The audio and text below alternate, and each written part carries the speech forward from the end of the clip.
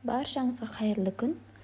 Бүгін қойдың іш майын шыжғырып алатын боламыз, яғни қойдың іш майынан тоң май дайындаймыз. Тоң майды дайындау өте оңай, сіздерде дайындап көріңіздер. Ең алдымен бұл менде қойдың іш майы.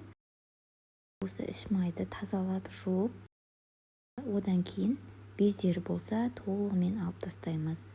Менде бұл іш май тазалап жуылған және бездері алынған болғандықтан бірден турауды бастаймын. Барлығын видеода көрсетілгендей етіп ұсақтап турап аламыз. Тоң майдың пайдасы өте көп.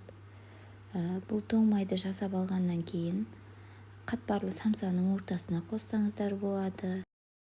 Тамақ қоруға болады, мантыға, самсаға, ішіне де салуға болады. Етпен бірге араластырып өте дәмді болып шығады. Рафинатталған майларға қарағанда адам ағзасына өте пайдалы, табиғи.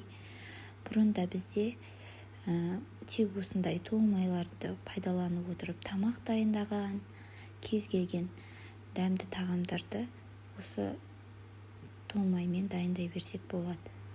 Кез келген малдың майын дәл осы әдіспен шыжғырып алып пайдалануға болады.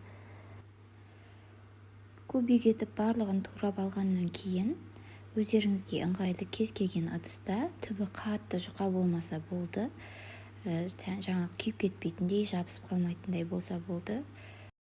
Сковородкаға да болады. Қыздырып аламыз алдымен, содан кейін барып осы майымызды салып араластырып отырамыз. Жанынан кетпей үнемі араластырып отырамыз. Астын жай емес, орташа отқа қоямыз. Видеодан байқасаңыздар, ең алдымен осылай су бөліне бастайды. Суы барлығы кеткеннен кейін майымыз шыжғырыла бастайды. Сондықтан жанынан кетпей су бөліне бастаған кезде үнемі араластырып тұру керек.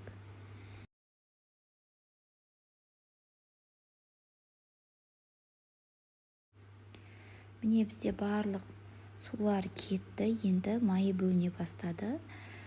Жаңағы біздің шыжығымыз, іш майларымыз шыжғырыла бастады. Енді осыны үнемі араластырып отырып, шыжғырып аламыз. Қызарғанша. Қызарғаннан кейін ғана өшіріп, сүзіп алатын боламыз. Міне көріп тұрғандарыңыздай көпте уақыт алмайды. Егер бір рет дайындап алатын болсаңыздар, біраз уақыт істететін боласыздар. Менде дайын болып қалды, шыжықтары да қызарды.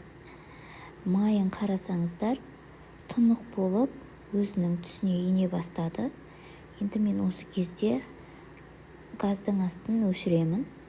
Өшіремін де сүзгіден өткізіп аламын. Жаңадан шыжғырылған май міне тура осындай болады. Дәл осылай бөлме температурасында қалдырып қоямыз. Одан кейін бұл жаңағы түсін өзгертетін болады, тоңып қалады, әппақ болып. Соған дейін бөлме температурасында қалдырамыз. Міне біздің тоң майымыз дайын болды. Осындай аппақ тоң майды сіздер де дайындап көріңіздер. Денсаулықтарыңызға өте пайдалы болады. Тек қана таза майды, таза өнімдерді тұтыныңыздар деп кеңес беремін.